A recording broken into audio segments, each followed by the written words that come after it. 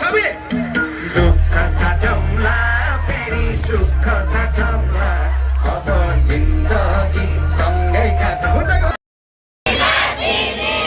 बस्यौ अलग्गै ओ यता जो बना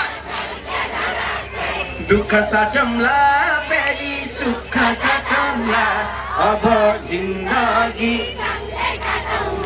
हजुरलाई जाडो भा होला ओखुनी भैया भैसा पोक्यो थैया म एक्लो छोरो नाच्छु धैया धैया